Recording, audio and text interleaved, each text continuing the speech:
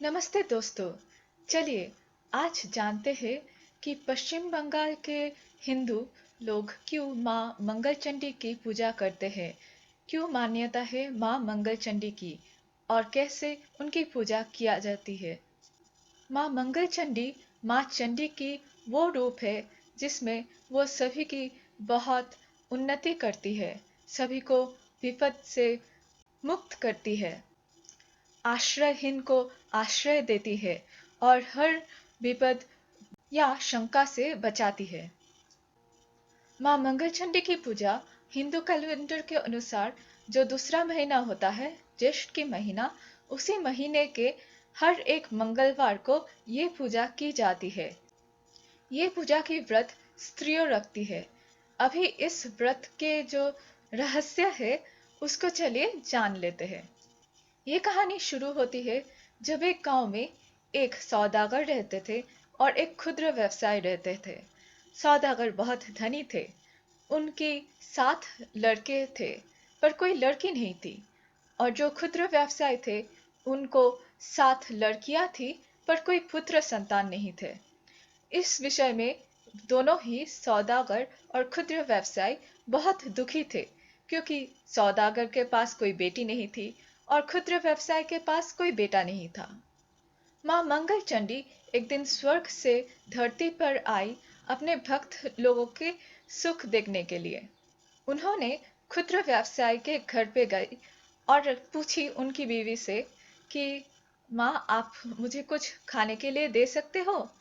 एक बूढ़ी औरत को घर के बाहर देखते हुए क्षुद्र व्यवसाय की पत्नी बोली, हाँ माँ, आपको जो चाहिए मैं वही आपको दूंगी। तभी माँ मंगलचंडी उनको बोलते हैं कि मैं आपसे भीख मांगना चाहती तो हूँ, पर मैं वो घर से नहीं भीख मांग सकती जहाँ पर एक लड़का और एक लड़की दोनों ना हो। तभी क्षुद्र व्यवसाय की बीवी बोलती है कि उनके पास तो 7 लड़कियां हैं पर कोई लड़के संतान तो नहीं है। तो तभी माँ मंगलचंडी उनको बोलती है कि आप दुखी मत हो, ये फूल लो और ये फूल धोकर माँ मंगलचंडी के नाम लेकर आप इस फूल के पानी पियो, आपको एक पुत्र संतान जरूर होगा। ठीक उसी तरह माँ मंगलचंडी जाती है सौदागर के घर के आंगन पे और बोलती है सौदागर के पत्नी को कि अगर वो माँ मंगलचंडी के नाम लेकर वो उनके दिए हुए पुष्प को धोकर उसकी पानी पिए तो उनको भी एक लड़की संतान होगी। कुछ दिनों बाद सौदागर के घर में एक बहुत सुंदर सी लड़की हुई। उनका नाम उन लोगों ने रखा जयावती। और क्षुद्र व्यवसाय के घर में एक पुत्र संतान का जन्म हुआ। उनका नाम उन लोगों ने रखा जयदेव। जयावती और जयदेव दूसरे बच्चे की तरह बड़े होते लगे। जयावती बहुत ही नेक दिल की थी, तो वो बहुत पूजा पाठ करती थी, माँ मंगलचंडी की पूजा करती थी। और जयदेव जो है वो अपने बालक दोस्तों के साथ खेलता था। एक दिन खेलते खेलते जयदेव एक पंछी को तंग करने लगा, तो वो पंछी उड़कर जयावती की गोद में जाकर गिरा और जयावती उसका हालत देखकर बहुत घबरा गई। जब उसने समझा कि जयदेव उस पंछी के ऊपर अत्याचार कर रहा था, तभी जयावती ने जयदेव को समझाया कि इस पंछी को छोड़ देना चाहिए, क्योंकि इस पंछी को तंग करना जयदेव का काम नहीं है। पंछी के ऊपर, उसके जीवन के ऊपर सिर्फ माँ मंगलचंडी की हाथ है और जयदेव को ऐसे किसी प्राणी के ऊपर अत्याचार करके उसको मारना ठीक नहीं है। इस बात पर दोनों में झगड़ा शुरू हो गया और अंत में जयावती ने उस पंछी को छोड़ दिया और वो पंछी उड़ गई। इस बहस के बावजूद जैसे जैसे जयावती और जयदेव बड़े होते लगे, जयदेव को जयावती पसंद आने लगा।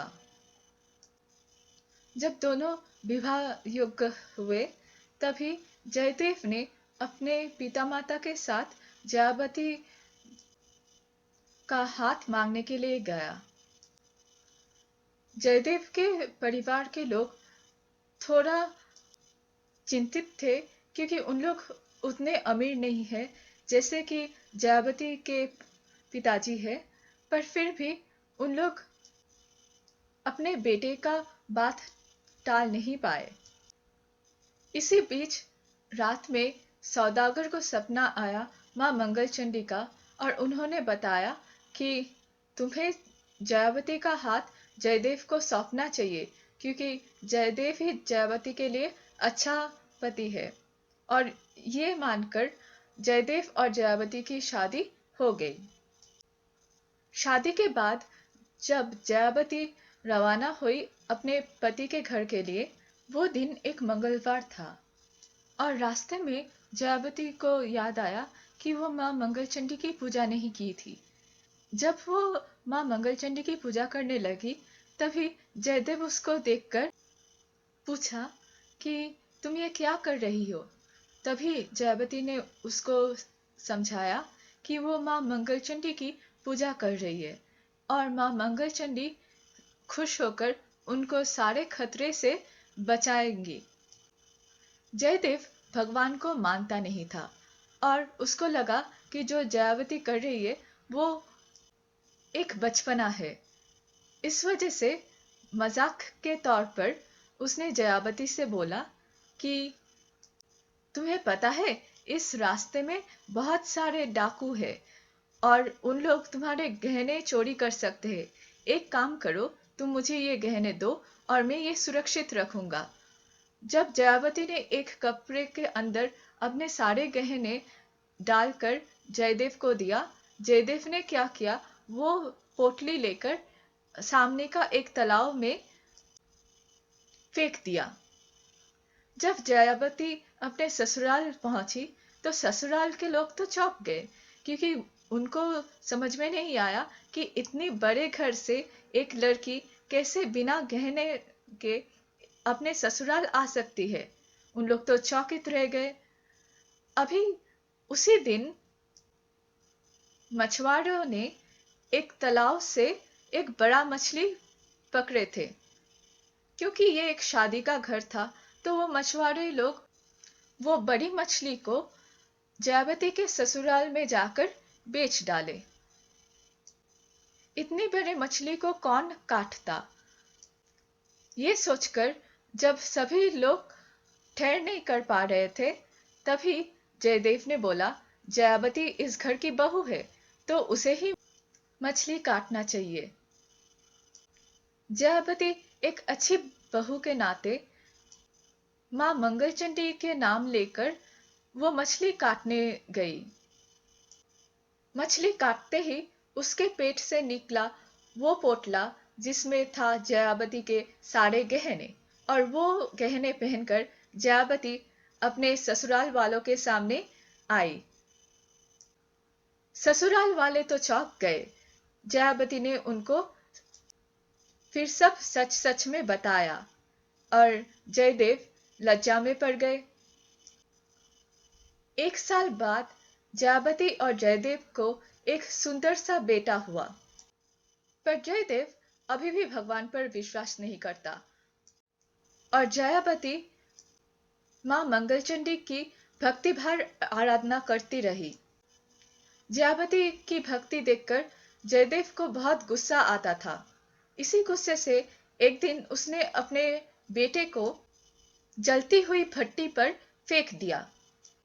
पर जिसके साथ भगवान रहते हैं, उसको कैसे कोई मारे। आग ना जला पाया वो बच्चे को, माँ मंगलचंडी वापस कर दी उस बच्चे को सुरक्षित। और एक दिन जब जयावती व्यस्त थी अपने घर के कामों में, तभी जयदेव आकर उस बच्चे को तालाब में डुबो दिया। पर उस तालाब से माँ मंगलचंडी फिर से वापस कर दी वो नन्ही सी जान को, और जयावती को जाकर बोली कि जयदेव तुम्हारे बच्चे को मारने की कोशिश कर रहा है, पर चिंता ना करो बेटी, क्योंकि तुम्हारे बच्चे को मैं सुरक्षित रखूंगी। जयावती बहुत समझाने की कोशिश की जयदेव को कि वो माँ मंगलचंडी पर गुस्सा ना करे और माँ मंगलचंडी की और परीक्षा ना ले, पर जयदेव तो विश्वास ही नहीं करता है भगवान को, और वो माँ मंगलचंडी को मानता ही नहीं। इसके बाद एक दिन जब जयावती अपना कपड़े धोने के लिए गई थी, उसी वक्त जयदेव ने एक कुल्हाड़ी लेकर अपने ही बेटे को मारने की प्रयास की, पर वो कुल्हाड़ी जाकर बच्चे पर नहीं गिरी, बल्कि जयदेव का हाथ रुक गई, जैसे कि कोई उसका हाथ पकड़ कर रखा है। वो अपने हाथ को हिला नहीं पा रहा था।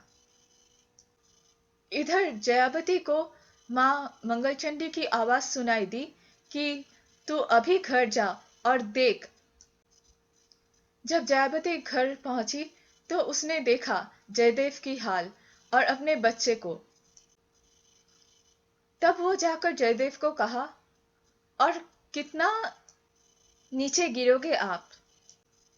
बंद करो भगवान की परीक्षा लेना, और बंद करो अपने ही घर वाले के ऊपर ऐसे अत्याचार करना। जयदेव सब सुनकर रोने शुरू कर दिया, और उसके आंसू में अभी भक्ति मिली हुई थी। वो माँ मंगलचंडी से क्षमा प्रार्थना करने लगा, और तभी जाकर उसका हाथ फिर से हिलना शुरू कर दिया और वो कुल्हाड़ी फेंक दिया। इसके बाद से जयावती, जयदेव और उनके परिवार माँ मंगलचंडी की दया से बहुत खुश और अच्छे दिन गुजरने शुरू कर दिए। जो लोग माँ मंगलचंडी को मानते हैं, उन लोगों को अग्नि, पानी या कुल्हाड़ी जैसे कोई अस्त्र से कोई विपद नहीं रहती। चंडी सभी को रक्षा करते हैं। ये व्रत की कहानी को याद रखते हुए हम बंगाली लोग जय मां मंगलचंडी के नाम से उपवास रखते हैं पूजा के पहले, और पूजा के बाद आम, मिठाई, चूड़ा खाते हैं।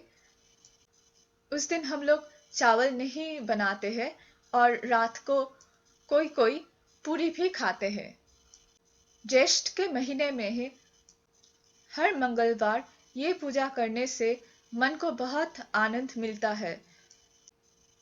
मां मंगलचंडी की आशीर्वाद आप पर सदा रहे, यही हमारी कामना है।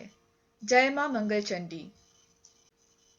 मां महामाई की ये अनोखी कहानी अगर आपको अच्छी लगे तो लाइक, शेयर और सब्सक्राइब जरूर कीजिए। धन्यवाद।